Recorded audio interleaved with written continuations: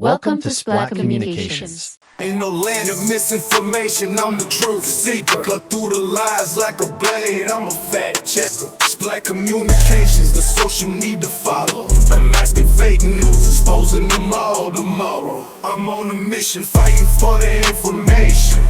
No room for deception, it's time for retaliation. Black communications, we set the record straight. Real news, no filters, just the facts we dedicate.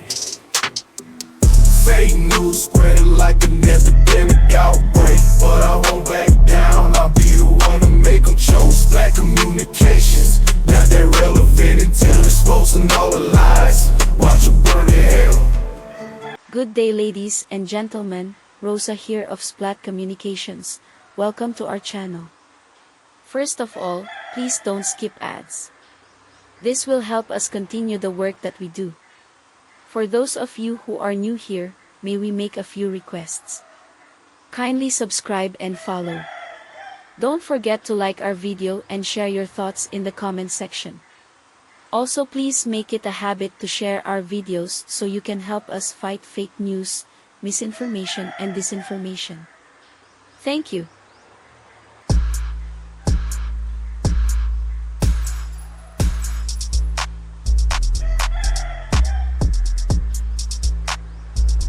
Bloodless war on dangerous drugs adheres and will continue to adhere to the established 8 E's of an effective anti-illegal drug strategy. Extermination was never one of them.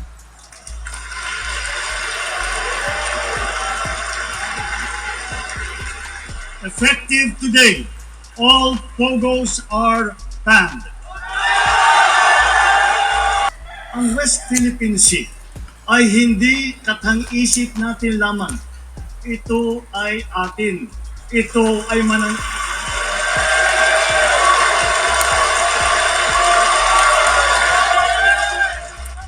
At ito ay mananatiling atin hanggat nag-aalab ang diwa ng ating minamahal na bansang Pilipinas.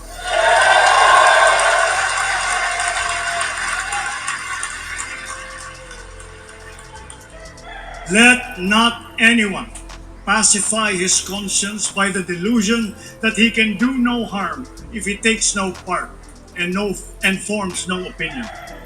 Bad men need nothing more to compass their ends than that good men should look on and do nothing. He is not a good man. Mga kababayan, sa lahat ng ginagawa natin ito at mga gagawin pa, mataas ang aking kumpiyansa na malalampasan din natin ang hamon ng ating pinagdadaanan. Dahil ito ang pangunahing hinaing ng taong bayan.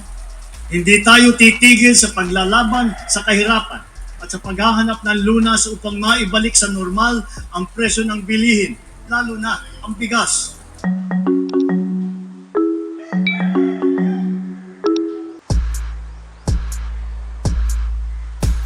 Let us watch the highlights of President Ferdinand Marcos Jr.'s 2024 State of the Nation Address.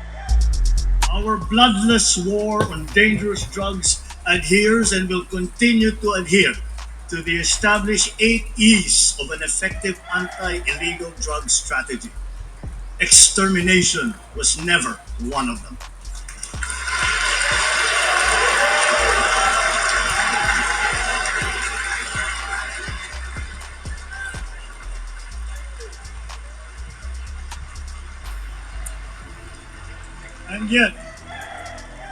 And yet, in more than 71,500 operations, it has resulted in the seizure of more than 44 billion pesos worth of illegal drugs and the arrest of more than 97,000 drug personalities. More than 6,000 of those arrested were high-value targets. 440 of them were government employees, of whom 42 were uniformed personnel. 77 were elected officials.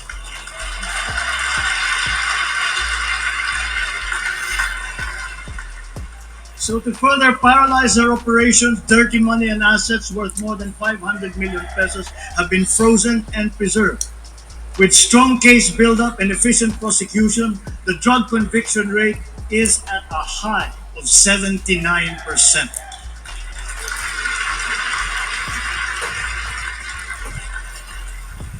Together with this, we welcome the report that the number of drug-affected barangays in our country has been reduced by 32%.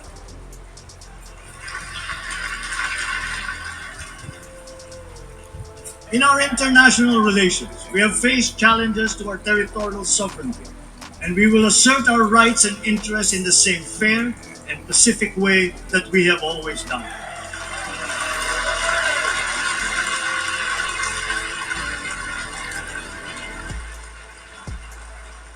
Proper diplomatic channels and mechanisms under the rules-based international order remain the only acceptable means of settling disputes.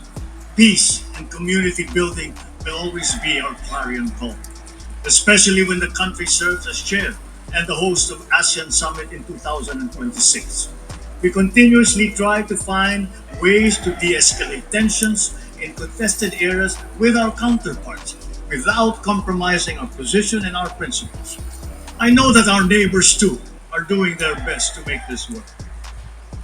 The Philippines cannot yield. The Philippines cannot waver.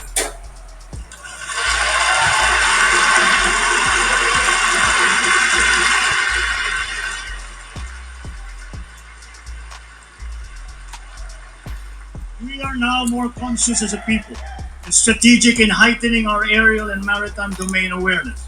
We are continuing to strengthen our defensive posture, both through developing self-reliance and through partnerships with like-minded states. Ang West Philippine Sea ay hindi katang-isip natin lamang. Ito ay atin. Ito ay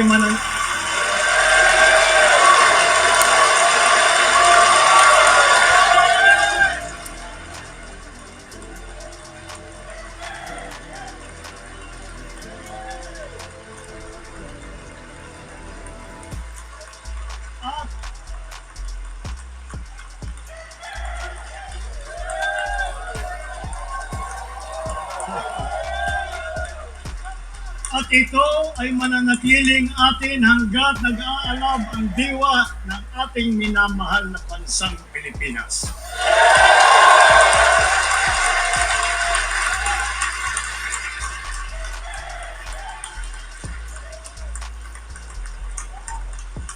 Pagtitibayin at palalaguin natin ang kamalayan at kaalaman ng buong bansa at titiyakin na maipapasa natin ito sa kabataan at ating susunod na mga salinlahi.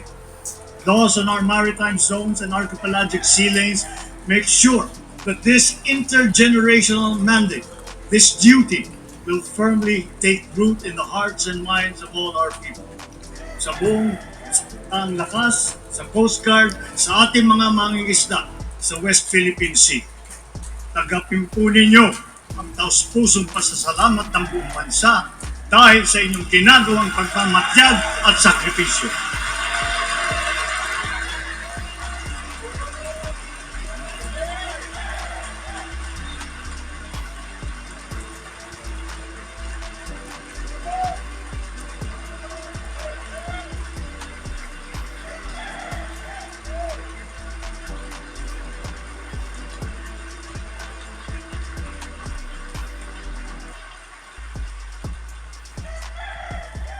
Let us now turn to our economic status and our prospects.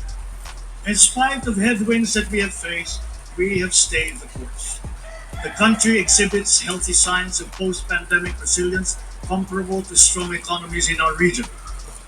Our poverty rate has significantly dropped to 15.5%, down from 18% in 2021. This present figure is even lower than the pre-pandemic level of 16.7% in 2018. Ang katumbas nito ay halos 2.5 milyong Pilipino ang naiangat natin mula sa kahirapan.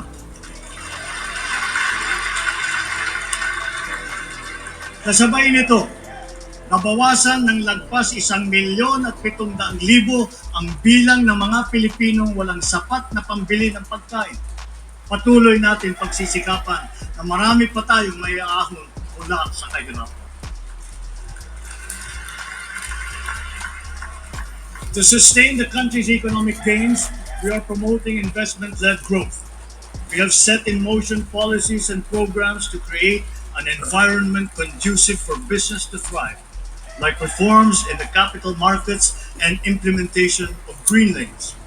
As a result, we have green lanes certified around 100 projects with a total investment of about 3 trillion pesos across the sectors of renewable energy, digital infrastructure, food security, and manufacturing. The Philippine financial system remains robust and resilient. Tax and non-tax revenue collection has also become more efficient in pace with our rejuvenated economy. Notably, for the past 2 years, our GOCCs have remitted dividends to the national government with a combined tally exceeding their contributions in 2020.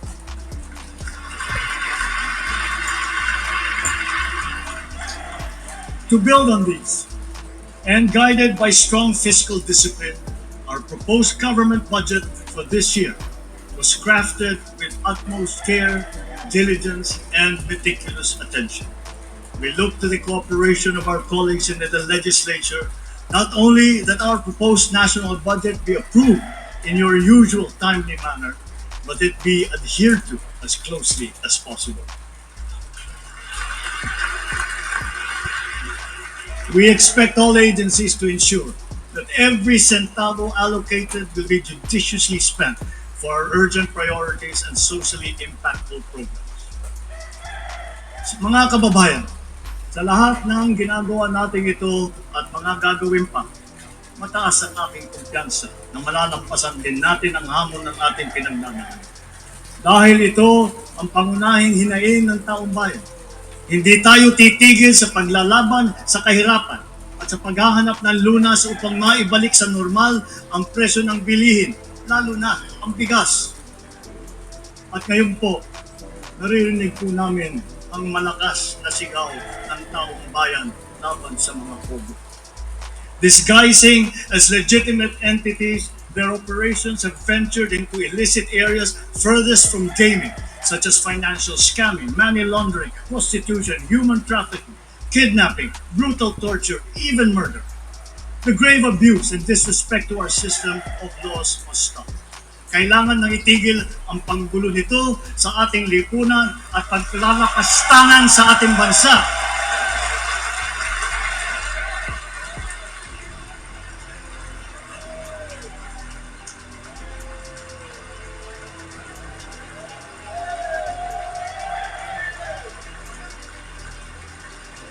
Effective today, all Pogos are banned.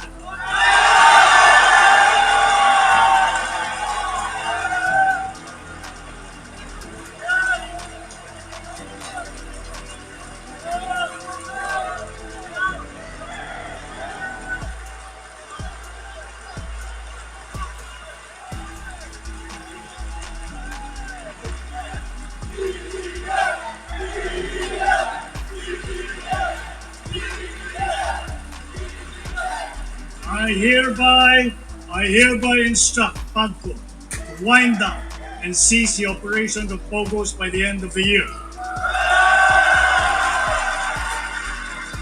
The DOLE, in coordination with our economic managers, shall use the time between now and then to find new jobs for our countrymen who will be displaced.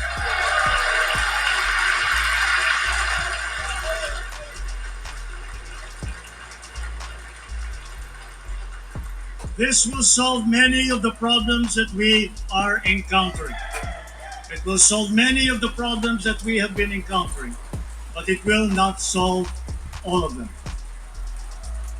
To solve all the problems that we have been suffering under, all officials, law enforcers, workers in government, and most of all, the citizenry, must always be vigilant, principled, and think of the health of the nation. So, ladies and gentlemen, let me end by recalling the words of a great man. Let not anyone pacify his conscience by the delusion that he can do no harm if he takes no part and forms no opinion. Bad men need nothing more to compass their ends than that good men should look on and do nothing. He is not a good man.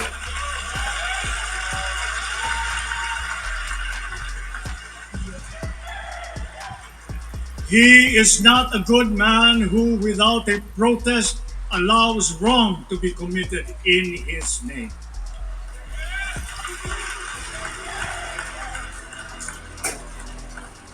Mga minamahal kong kababayan, lagi po nating labanan ang mali at ang masama.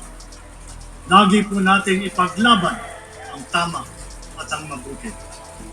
Lagi po nating mahalin ang Pilipinas. Lagi po nating mahalin ang Pilipinas. Mabuhay po kayo at mabuhay ang bagong Pilipinas. Maraming salamat po.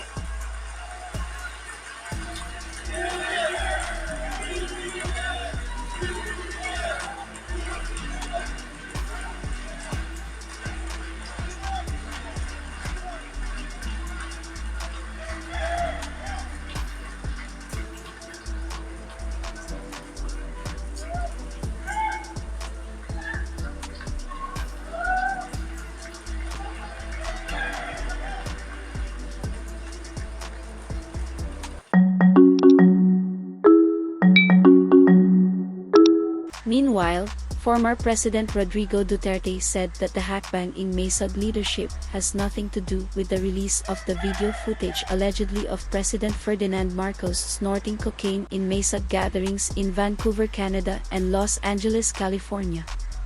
He said it was a decision made by the Maysag volunteers without the knowledge and imprimatur of the Maysag Organizing Committee. The Department of National Defense and the Department of Interior and local government vowed to capture those involved in the creation and distribution of the fake video. Sa kabuuan, ang ikatlong State of the Nation Address pa Pangulong Ferdinand Marcos Jr. ay nagbigay ng malinaw na direksyon para sa hinaharap ng Pilipinas. Ang MGA hackbang na kanya pang inilatag ay nagpapakita ng kanyang seryosong hanggaring na itabyod ang kayusan, kapayapan at pagunlad ng bansa. Ang kanyang MGA polisiya pa ay naglilayong magdala ng tunay na pagbabago at progreso para sa bawat Pilipino. Ang paglabas ng sinsasabing pulveran video isang araw bago ang State of the Nation Address ay hindi nakakagulat.